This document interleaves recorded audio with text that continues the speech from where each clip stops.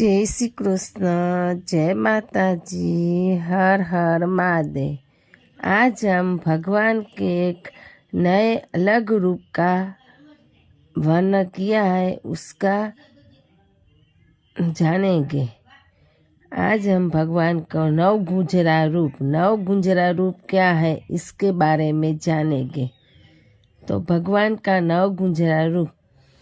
नवगुंजरा जब ईश्वर एक नहीं बल्कि समस्त सृष्टि बनकर प्रकट होता है, उसे नवगुंजर रूप कहा जाता है। महाभारत केवल युद्ध की कथा नहीं है, वह चेतना से अनेक स्तरों का उद्घाटन भी है।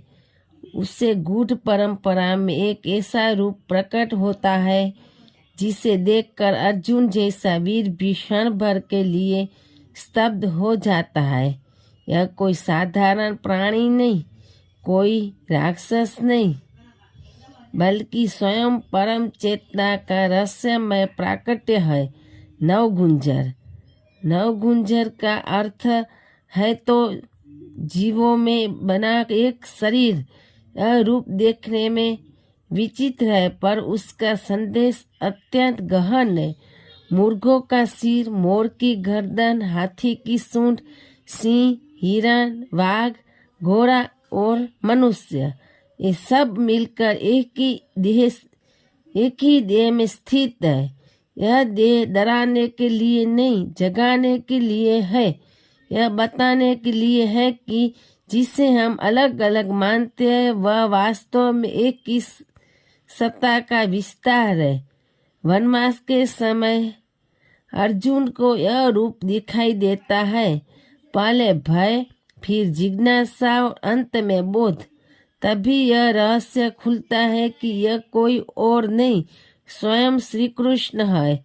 वही कृष्ण जिन्हें अर्जुन सखा के रूप में जानता था, अब सृष्टि के समस्त रूपों को एक देह में धारण कर खड़े हैं। यह वही संदेश है जो विराट रूप में मिलता है, पर नवगुंजरा में वह और भी गूढ़ हो जाता है। नवगुंजरा यह सिखाता है कि ईश्वर केवल सुंदर, सौम्य और परिचित रूप में ही नहीं होता, वह विकराल में भी है, अजीब में भी है, भय में भी है और करुणा में भी है।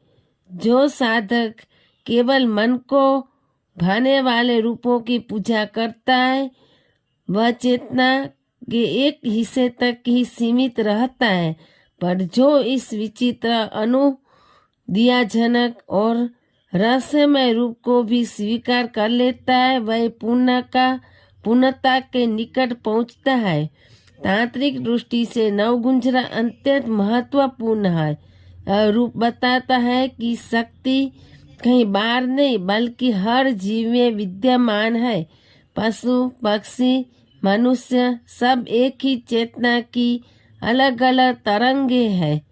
जब साधक इस सत्य को भीतर अनुभव करता है, तब द्वैत समाप्त होने लगता है। तब शत्रु और मित्र, सुंदर और कुरूप, पवित्र और अपवित्र सब एक ही ब्रह्म में विलीन हो जाते हैं। उड़ीसा की परंपरा में नवगुंजरा केवल कथा नहीं, जीवित संस्कृति है। पट्टचित्रों में, जगन्नाथ परंपरा में और लोक कथाओं में यह रूप आज भी चेतना को चुनौती देता है। यह हमें असहज करता है, क्योंकि सत्य अक्सर असहज ही होता है। नवगुंजरा का दर्शन यही करता है। ईश्वर को समझना है तो केवल फूल और दीपक से नहीं, बल्कि भय, विस्मय और स्वीकार से भी गुजरना होगा। जब दृष्टि व्यापक होती है, तभी नवगुंजरा प्रकट होता है, और जब नवगुंजरा प्रकट होता है, तब साधक के भीतर का अर्जुन जाग उठता है। यह रूप डराने नहीं आया, यह जगाने आया। यह कोई जीव नहीं, यह देवता का दर्पण है। नमामि समीसाम। ओम हर हर महादेव। जय श्री कृष्ण।